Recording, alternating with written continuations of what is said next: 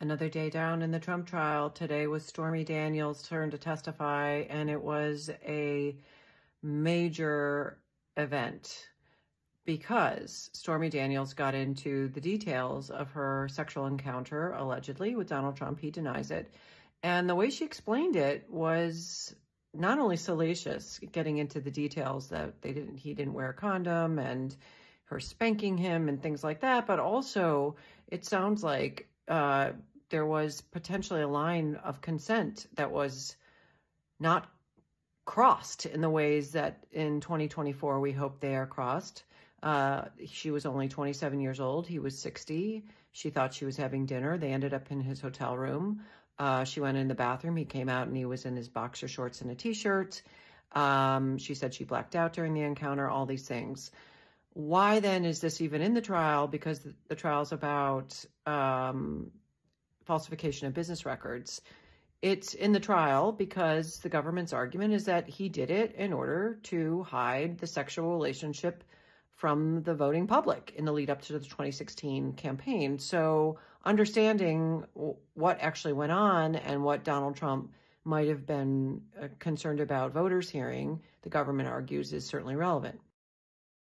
Lawyers moved for a mistrial, claiming that this was prejudicial testimony because it got too into the nitty-gritty. But at the same time, they didn't object to all the questions. And Judge Merchan made a note of that he actually had to intercede.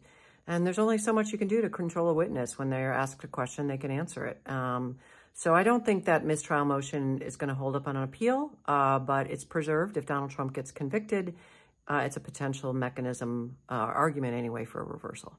Harvey Weinstein recently had his New York prosecution overturned because women had come out and testified against him. That was different.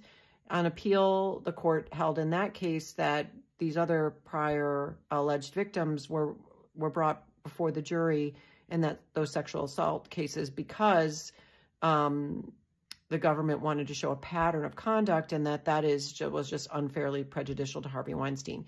Here it goes right to the elements of the claim, which is that he had this affair and he covered it up with false records to keep it from the public, who were going to the polls in 2016, and that this happened just a couple weeks after the Access Hollywood tape in which he bragged about assaulting women. So on cross-examination, his defense lawyers got pretty aggressive and basically tried to paint her as an extortionist, someone who's just out to make money, who has made money. And she resumes the stand on Thursday.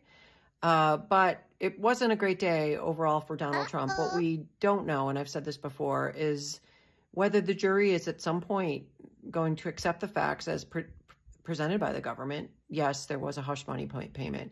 Yes, there were falsification of records. Yes, the records were falsified and the payment was made in order to dupe voters in the election.